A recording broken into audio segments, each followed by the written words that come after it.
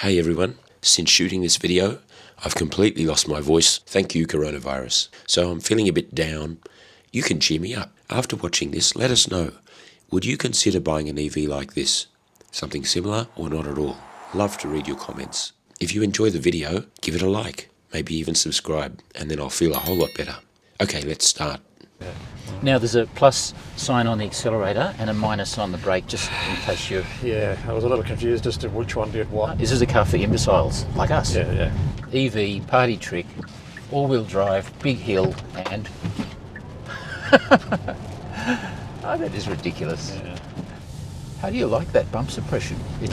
But I must say this car actually soaks up a really bumpy rough road really nicely. Yeah. Very well damped. Because this is a shocker. Okay, that's one tick. Yep, definitely. I'm totally confused by this car. I've been driving it for a day or so. I know you've only just got in it. I don't know what it is. Is it a bus?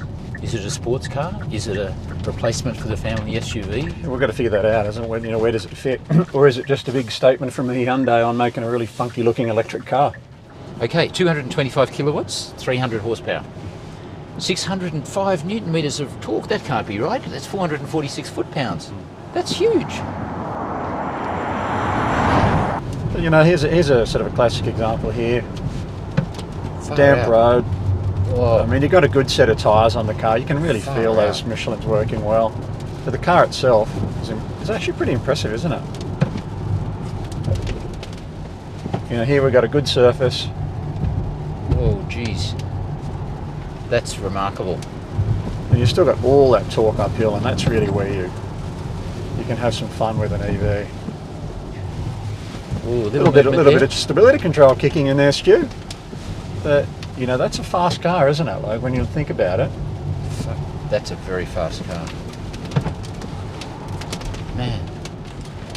I like the weight on the steering in sport. Give it a bit of gas out of the corners. I can't really say the word gas, but give it a bit of throttle out of the corners. And it actually does it really nicely. So that's impressive, isn't it? Like I'm really pleased with the way that did that. Is it as good as the Tesla we drove? Like probably not. That was the performance model. It was the performance version, and it had the big Brembo brakes on it and had everything going for it. Yeah. Oh. Yeah, that's hugely impressive. Advisory speed 50k, going in at 90. A little bit greasy there, as you can on feel. A greasy road. Yeah. Mate, there's precious few cars that could keep up with this up there.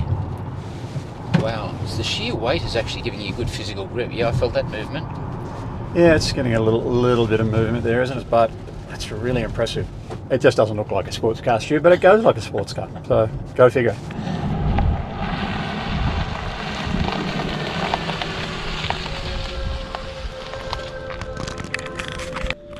That's a lot of fun, Stu. Was it? Enjoying it, yeah. 0 to 100, and I wasn't frightened. And 100. There we are. It's pretty quick. 5.2, 5.3, something like that. Look at that, stopped.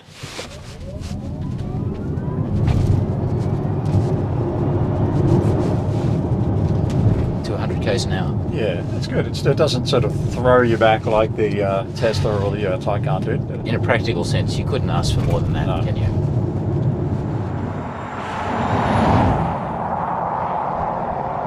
In Australia last year, EV sales tripled, 17,000 vehicles, of which 12,000 were Tesla. And the leading vehicle, of course, the Tesla Model 3, which sold 8 times more than its next competitor. Yeah, well, you see them on the road everywhere, don't you? You know. Tesla, you do. So even though this is a huge vehicle, I reckon they've gone Tesla Model 3, that's the target, or the Polestar 2, which is coming to a lesser extent, and of course the sister car to this, the EV6 from Kia, which is built on the same platform. So, but I reckon they've looked at Tesla and go, nah, all-wheel drive model, Yep. all-wheel drive, similar power. The Tesla's a little bit lighter, a little bit faster, even though this is breathtakingly fast. The difference is this has got space and a big hatchback, which the Model 3 doesn't. Yeah. Now, Model 3 is coming out in a hatchback version, which is the Model Y. And every time somebody asks Elon Musk, when's it coming to Australia, he puts the price up $1 and delays it a day. price on the road, if you could get one, and you can't, $82,000. So they're within $600. Yeah. This one's range, WLTP range around 430 k's.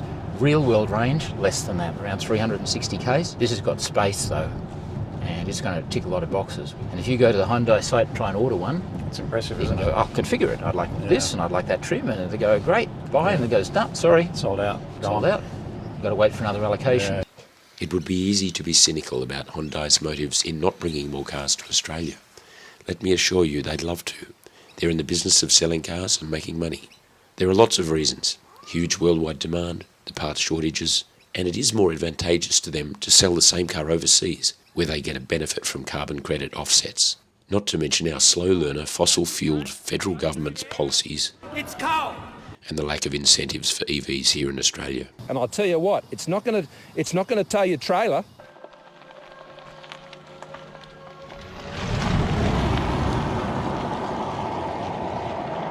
Automatic steering function here. Let's see how that goes following the lines. Lane follow assist. Not very good. Mate, this morning I had it on the freeway.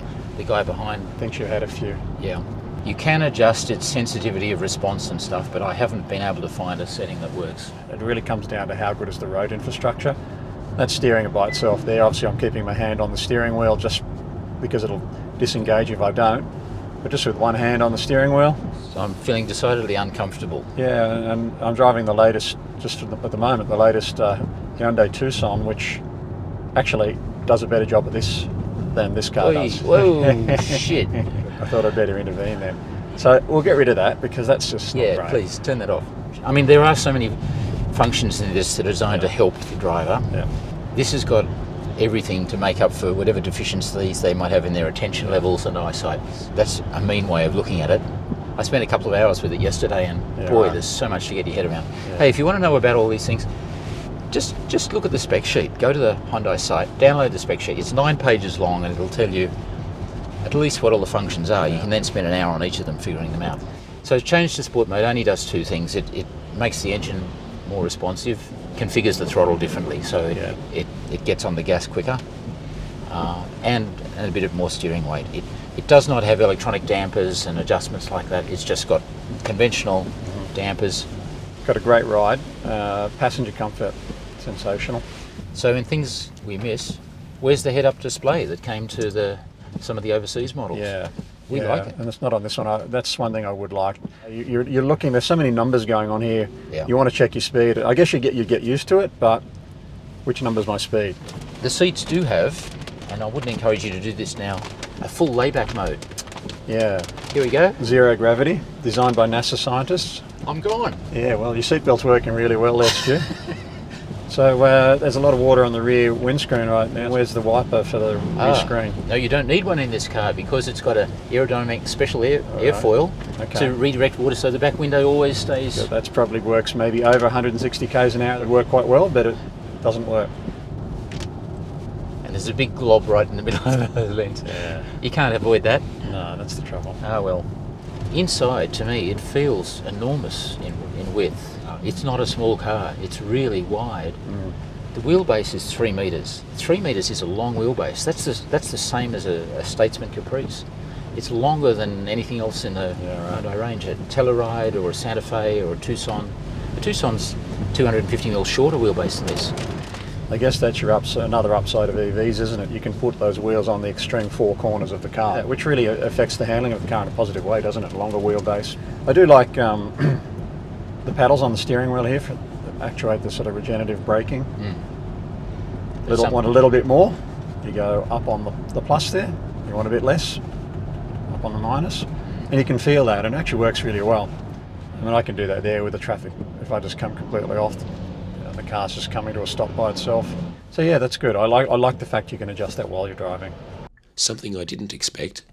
I found myself using these paddles exactly like I would a paddle shift gearbox. It was quite natural and fun to downshift, adding more engine braking on the downhills or before corners, and upshift out of the bends. It doesn't quite compensate for a rorty engine note, but it does add an element of fun to the car. Unlike the Tesla, the important information is in front of you and you don't have to look there. That's a much better design in my opinion.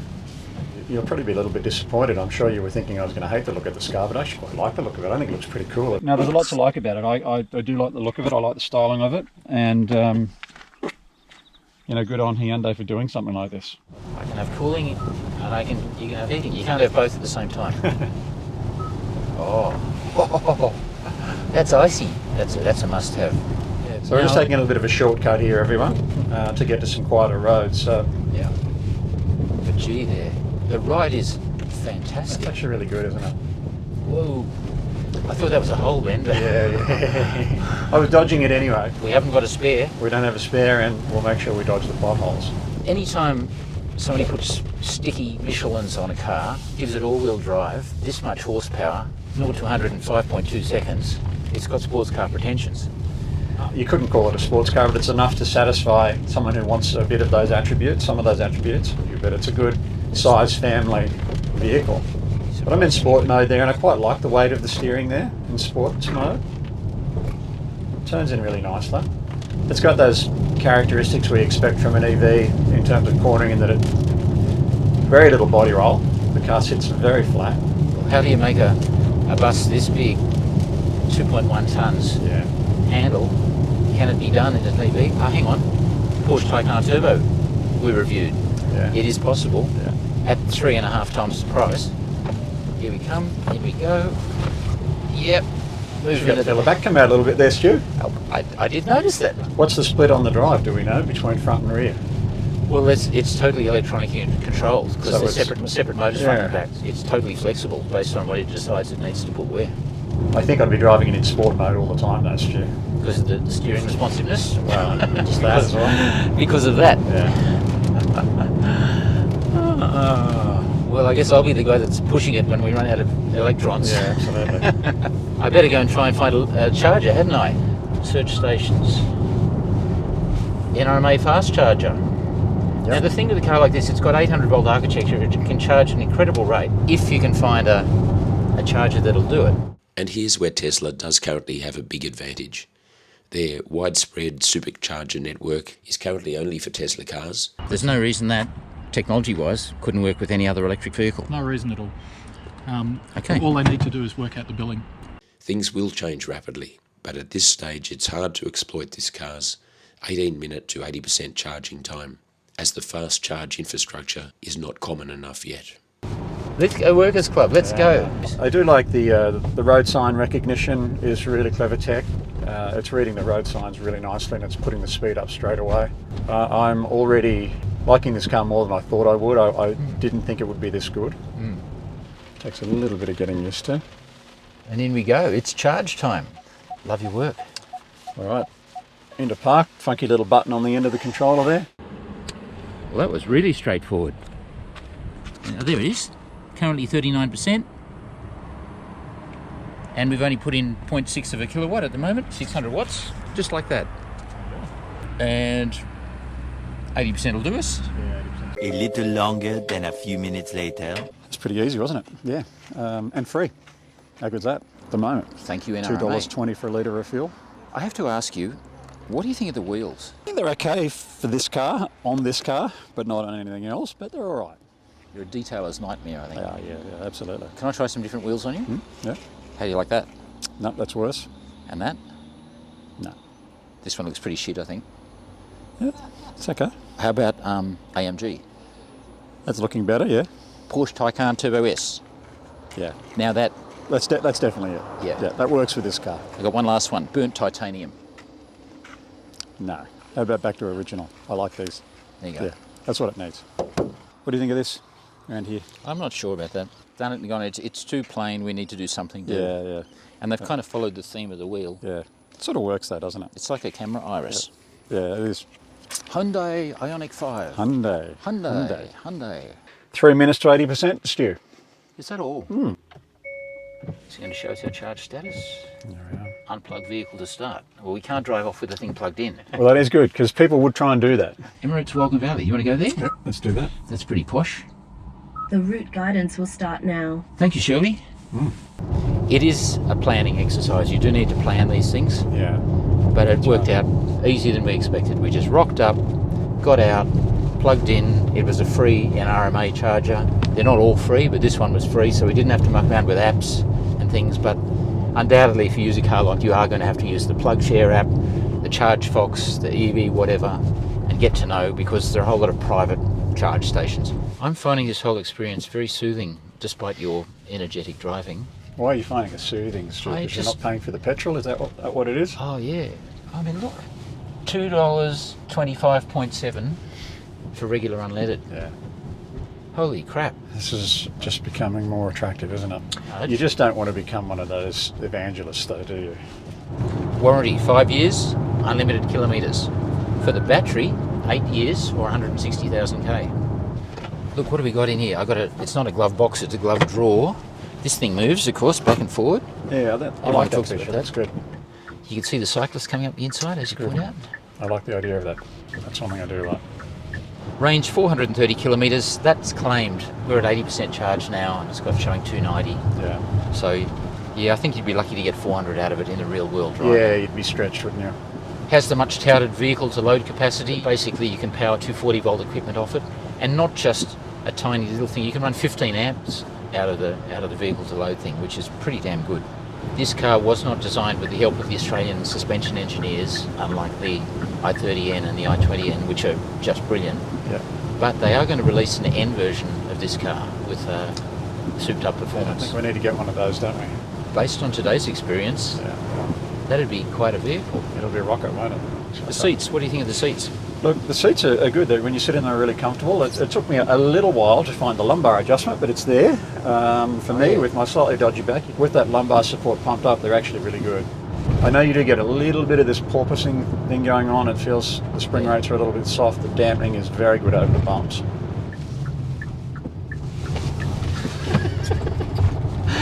Oh, yeah. I tell you what, the traction's great, isn't it? It really is. The initial punch is there, but then it just eases back a little. It does flatten out a little bit. I think you're becoming a bit of an EV convert now. Yeah, not quite there yet. For people like me, you're still going to want to shift gears in a manual car. You're going to want the sound of the engine. You can still do that. You keep that car for the weekend, You're have your little Lotus. I think that's what's going to be, That's where it'll come down to. But then 90% of your driving is going to be very satisfying in something like this.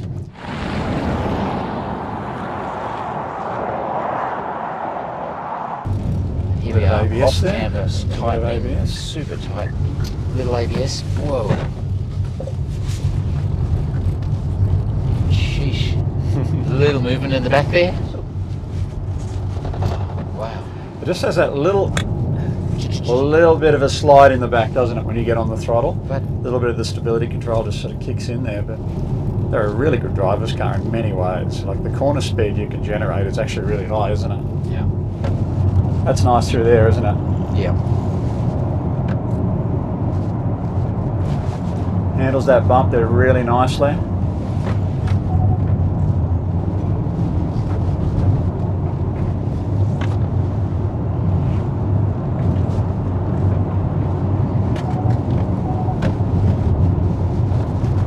So that's a good test for any car there, isn't it?